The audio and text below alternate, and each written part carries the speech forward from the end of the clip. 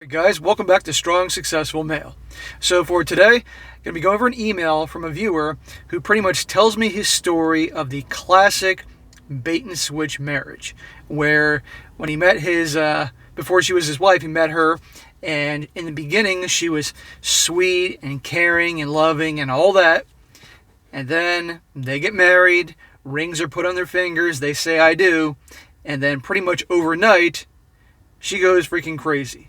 She starts becoming ball busting and just all these negative traits. She starts revealing things about her past that she wasn't honest with her husband about prior to getting married, and starts to become violent and just all these really nasty things. And I really feel bad for the guy because he's a good guy, you can tell. And I mean, it's literally like something out of the Jerry Springer show. And I'm not saying that to make fun of the guy, but I'm trying to make the closest comparison to the situation that I can. And so for a lot of you guys that are thinking about getting married one day, you should really listen to this story and hear what can happen. Now, let me make this clear. I'm not saying that all marriages are like this, okay? That's not true, okay? It's rare that you're going to have something what I'm going to be reading here, but it does happen. And you just have to understand from this story is, if you guys are going to go down that route, which I definitely disagree with, you know my opinion on marriage, especially in this day and age.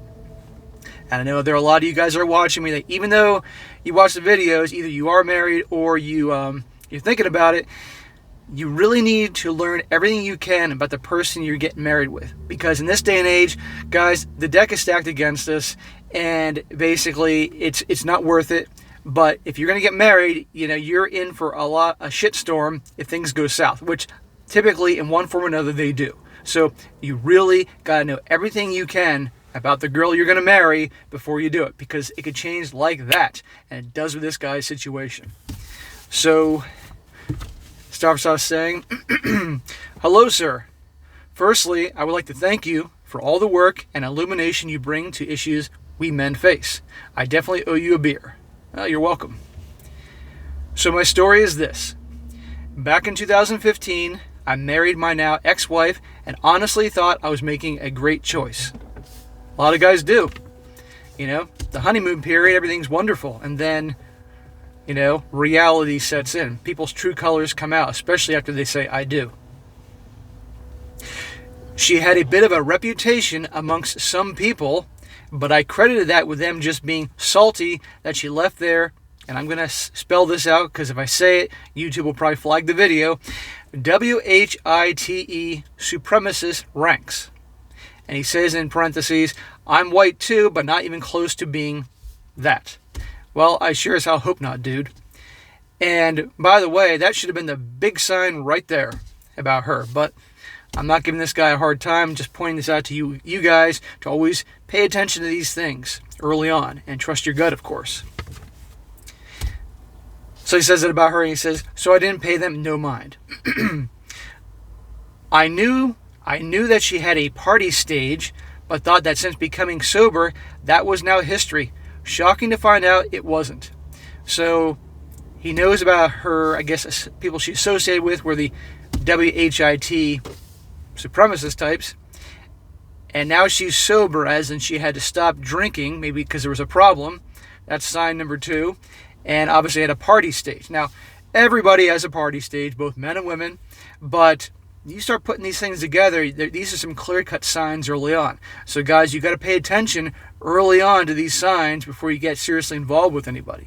It goes both ways for both men and women, because I know I got women that watch me here. But the problem is when your heart's involved and you tend to look the other way and ignore these things, even though there's these red flags and these signs telling you get the hell out of there. After we married, it was the classic bait and switch. She went from a soft and caring woman into a demanding ball breaker who would crush opposition quickly.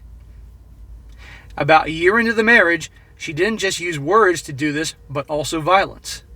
So just like that, less than a year, they get into fights and she quickly tries to smash him down, wear him down, and now she's getting physical and violent. I thought I loved her, and since I grew up in an abusive household, I thought I could weather this and we would be stronger in the end. I know, that was pathetically stupid. No, it's not. I mean, I'm assuming you're young, and also, here's the thing, guys, is that we tend to be drawn to what we're used to. So, a lot of situations are where guys end up marrying women that are very similar to their mothers. So, if their mothers were very bossy and take charge and ran the house, it's a possibility the guy could end up marrying a woman just like that because that's what he's used to. It's just ingrained in him. Or a lot of times women end up marrying guys just like their fathers. You know, they have the characteristics and traits just like their dads. Or a lot of guys end up having family lives or drawn to situations like this, what they're used to. So if some people were born and raised in an abusive household, there was a lot of drama and fighting, oftentimes they end up in situations just like that because, and not intentionally, I don't think they say, hey, I want to go into a situation full of drama and all this. No, it's subconscious and it's crazy, but it does happen a lot.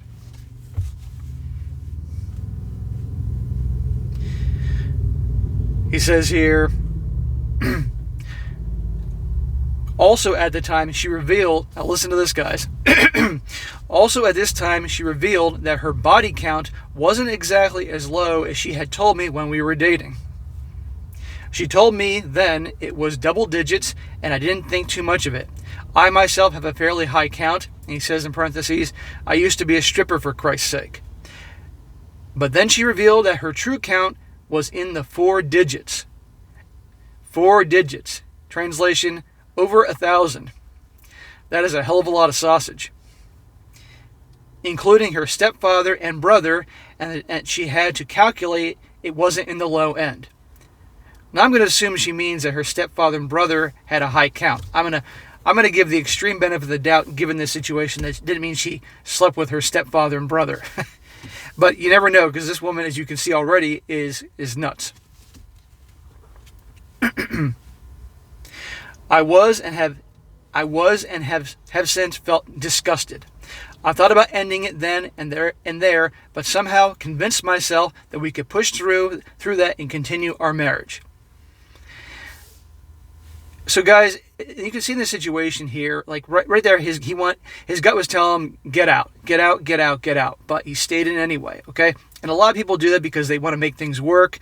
They've also been conditioned to, you gotta get through that struggle, you gotta make it work. No. I mean, all these different things are coming out. She's a completely different person. She's ball busting. She's using violence to get her way, getting physical. Then she reveals that she's been lying all along about these things, you know. It's a perfect time to get out. But you're going to see here, he tries to weather the storm and do what he considers to be the right thing. And I understand, but you're going to see it gets worse and worse and worse.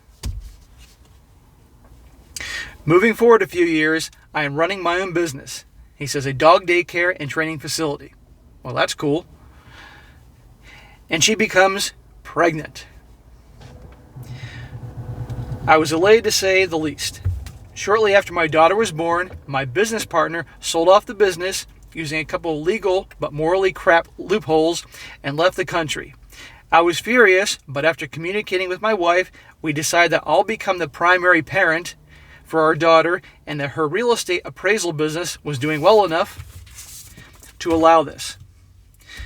A business I put her through school and paid for. Moving forward again, I am home with our daughter 5 days a week, working a part-time job on the weekends just to get out of the house and earn a little extra money, and my wife is working from a home office, while becoming even more aggressive and violent, ultimately attacking our daughter. That was the last straw for me. So let's backtrack a little bit. She starts becoming the primary earner, the breadwinner, and he's at home raising the daughter. And I've done multiple videos on this where what happens every time is the guy stays home, raises the kid or kids, wife's bringing home the bacon, making all the money, and all of a sudden, like that, her attitude towards him changes. She then starts losing respect for him, losing attraction for him, oftentimes cheating, having affairs, and treating him like complete dog shit, and it gets worse and worse and worse. And so women always have to have a guy they look up to and respect. And all of a sudden, they're the one bringing home the money, and you're home doing what is considered the traditional role that the woman used to do, even though that in their mind, many women think that's okay, should be fine. The way they feel, because it's all about how women feel, particularly in that moment, changes everything. So all this idea brought on by the You Know What movement is once again proving to be horse shit. And again, that's what's happening here. Adding to all the other things that she has in her personality that makes her crazy. And now his poor daughter is now on the receiving end of her shit too. I mean, it's horrible. He said, that was the last straw for me. I finally engaged my spine and told her over the course of weeks that she will seek help and I will not allow her to harm our child. She grew increasingly more destructive, and one night after a heated exchange, mostly on her end, because by now I had become fairly numb to her outbursts, she tried to KILL me.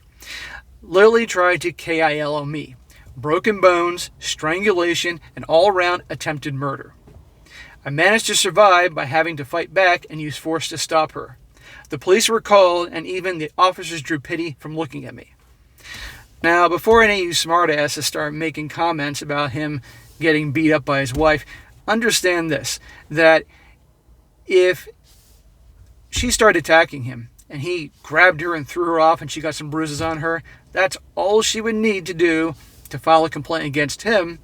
And next thing you know, charges are filed against him and his ass is in jail. So it's not a black and white situation that he's this wimpy guy getting beat up for his wife. Trust me, I'm sure this guy can handle himself just fine. But again, only at the end when he could see that she was literally trying to KIL him and obviously protecting the daughter, he had to obviously get her off him. But, so don't think that he just can't defend himself. Don't make fun of the guy. Because I know some of you smartasses will. It says here, there was no question who was the aggressor, and she was arrested. Thank God. I filed for divorce the following Monday and have been fighting for full custody since. Many things happened during this time, including her being bonded out of jail by her simp father, her running a bribery and witness tampering scam, and her falsifying claims against me. Big surprise. Soon I come to find out that not only was she abusive physically and mentally, but also that she had a STD and that she had been knowingly trying to pass it on to me throughout the marriage. And he says, in parentheses, I've been tested and I don't know how I dodged that bullet. Thank God, man. She also had been cheating with a number of men throughout the marriage. Big surprise there. During sentencing for her assault on me, the DA cited that they have dropped the charges down to misdemeanors and would only be interested in probation because, and I quote, listen to this, guys, it would be unfair to sentence a woman to jail if she's never been sentenced to jail before, regardless of the fact that she had 2 prior convictions for domestic violence against other men. She was sentenced to 2 years probation and 30 days house arrest starting in a week. If the situation had been reversed, I guarantee you, the sentencing would have been far, far worse. He says here, attempted MURDER, and she only gets probation. Since the court ruling, I have mysteriously had rocks thrown at my windows, cracking them, and my daughter, who has to go see her mother 3 days a week, has come home bruised and cut. And he says in parentheses, actually, every time she comes home, there are injuries not consistent with her normal play. That's terrible. I really feel bad for this guy. Poor kid.